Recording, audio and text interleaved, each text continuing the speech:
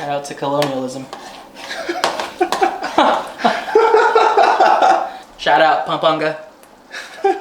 Mayabang. Too proud, dude. Back again, this time. This recipe will be taught by one of my homies, Nico, who has been cooking at one of the most lauded and I guess famous Filipino restaurants in Los Angeles in particular, Lasa. Summer is coming to a close here in California, and one of the produce that I miss the most is corn. So Nico will be featuring 2 dishes that utilize corn. Lasa means taste in Tagalog, fun fact. Second fun fact is that Nico is also Kapampangan as well, so you already know that his cooking is gonna be bomb. If you have not been to Lasa LA yet, check it out, especially if you want to learn more about Filipino food.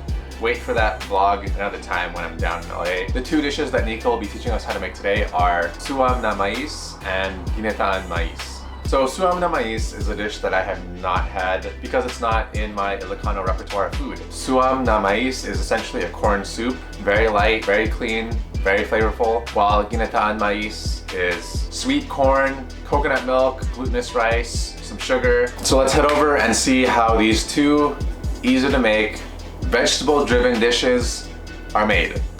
So the 2 dishes I'm doing are Suam na Mais and Lasa LA Mais, or Ginataang Mais. Guys, this is Nico, and today we're gonna be learning how to make 2 dishes instead of 1, so getting your bang for your buck. Yeah. Suam na Mais is a really simple, delicious corn soup that just really highlights the flavor of corn. You get the sweetness. I feel like it's like an all-star sleeper. You know what I mean? Yeah, for sure. Something you have that's so comforting and so delicious and straightforward, but it's just it's fucking delicious. Lasa LA Mais personally is it's flavors of my childhood. Both of them are, but Lasa LA Mais is something that's deeply comforting to me. And these are 2 Kapampangan dishes, right? For sure, Suam na Mais is. Lasa LA Mais, I'm not 1000%. I know a lot of dishes using corn are from Pampanga, but I don't know if Lasa LA Mais is actually. No, all I know about corn in the Philippines is it came over in the Manila Galleon trade in the 1500s. The Spanish. Right. Let's start with Lasa LA Mais. It's typically served warm, but I like it chilled. It's almost like a rice pudding, if you will. It's really simple. The ingredients are just glutinous rice, some white sugar, corn, coconut cream and coconut milk, and then pandan or vanilla, depending on what you have or what's available around you. Obviously today we're highlighting corn because it's the end of summer. Yeah. And why not? We're in beautiful Northern California, so. Yeah. Also something to note, you can do this when it's not summer, when it's not peak corn season, it's totally fine. Canned corn works amazing. I usually ate that growing up too, so. Yeah, use what you got. Because you worked at Lasa and you have a more fine dining-ish background, you're making this in a more modern way. How does this version deviate from? So the Lasa LA Mais is traditional. The Suam na Mais, which is the soup, that one typically will have some type of protein in it, whether it's shrimp, pork, chicken, and it's super delicious. But again, I'm highlighting what we have here in California, and the corn is banging right now, so the meat is such an afterthought in this dish anyways, so when you're eating it naturally, you're just this is a corn soup. Oh, there's a little piece of chicken. Filipinos, don't be mad at me, still love you. There's still patis in it, so. Lasa LA Mais. We'll start with cleaning a corn cob. And we're also gonna keep the cob. They have a ton of cornstarch in them, which is gonna help in thickening our final product.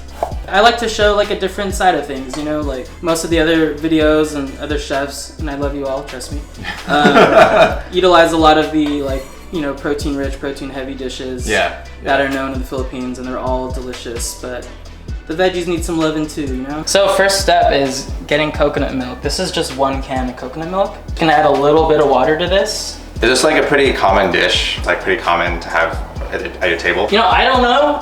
Okay. Yes, we've had it. It's mostly been featured at our family parties and stuff, but I saw it so often and so regularly that it was never something that I would have for an occasion necessarily. It's just something that it was always there. Yeah. Right. So I'm just gonna get these cobs and kind of scrape at them. It'll release this kind of white milk, and that's cornstarch and all the natural sugars from it. Cooking at Lasa, how did that affect your desire to show and cook Filipino food, or your understanding of it? It blew my mind. Yeah, shout out to Chad and Chase for putting me on, but honestly, I've never looked at Filipino food the way they saw it until I met them. And to me, as a young cook, it was not something I was necessarily ashamed of. It was something that myself and the other Filipino cooks would whisper about in the corner, you know, like, oh yeah, like I'm having nilaga tonight, or I'm having pinakbet tonight, or, you know, like it was almost like a secret language you talked to the other cooks about. And it wasn't something that we were so proud of, which is unfortunate. They totally opened my eyes to viewing our food as something other than what we all knew it as, you know. In here is the corn stalks or corn cobs that I scraped. Cornstarch is inside. I'm also adding the cobs, which have I almost cussed. Is that cool if I cuss? There's a shit ton of flavor in the, in the corn cobs, so we're kind of just making like a coconut corn milk base here. Is this the one that you said your yaya made often? Yes. So shout out Tata Cindy. My other mom, she definitely treated me like her own. Is an amazing cook, and I definitely learned a lot from her.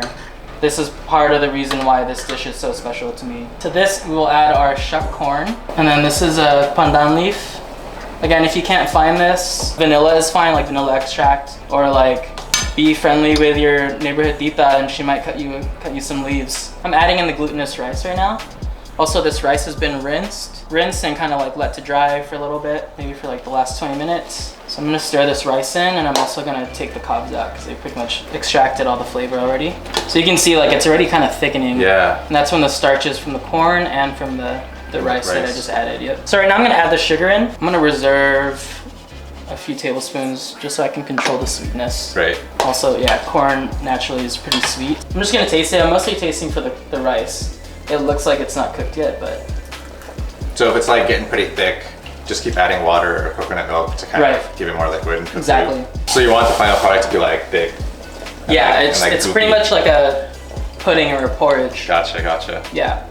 And it'll thicken a little more too when we add the coconut cream. But I kind of like to do that towards the end. Yeah, so we're just gonna give this another maybe like 5 minutes so the rice cooks.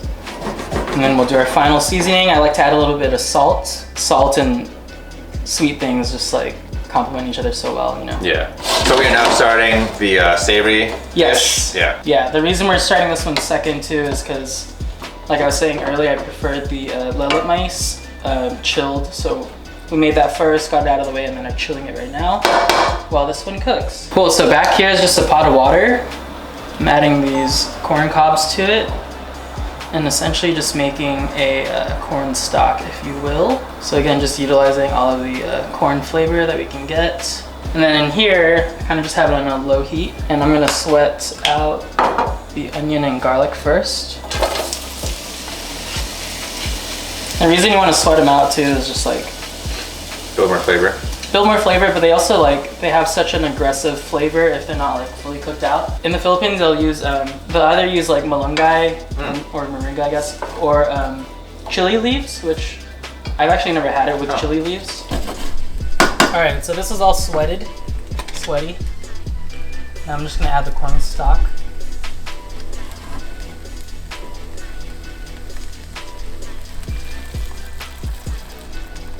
Let this come up and kind of just melt together. But this is, I mean, it's literally almost done. Like, the soup is super easy, really affordable. Yeah. Really sulit. So at this stage, I'll season with salt and patis, fish sauce. And then just finish with the spinach, and we're really pretty much ready to eat.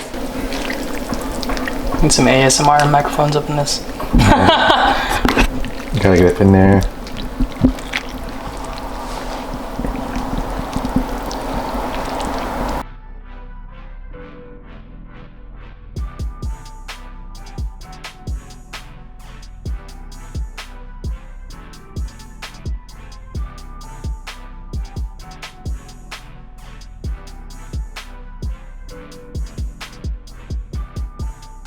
Smells great. I know. Yeah.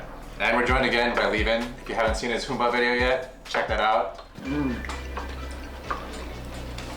Nice. Very simple, very straightforward. It's perfect for this weather too. It's like kind of cold out here. Yeah. And that's all like from the cob, huh? The flavor of the broth is just, wow.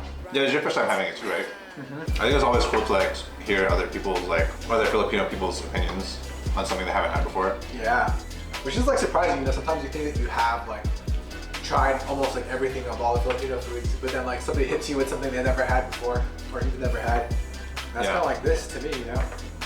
And the humbat to you said you never had that either. Yeah, that was fire. Yeah, I can see why you said like how the meat is kind of just like, oh, there's chicken. Like it's not really like meat in here. Right. It's all about the corn. Yeah. Dude, I love this corn, man. Tastes like Maha Blanca. Yeah, it really Yeah, just like in a different format. Yeah, exactly. It's still really good. It's just like pudding version of Maha Blanca. Yeah, Cole, I don't know, it just hits different. Yeah, you know what I mean? All right, well, hopefully this recipe was easy for you guys to follow along. If you want to catch Nico. Right now, I'm working on some side projects I can't talk about yet. If you want to just give me a follow at mffood, mf_food on Instagram, you'll see some cool things. Cool. Or some boring things. Dude, thank you for this delicious meal. Yeah, thank you for hosting me here. Chad, thanks for the hit up.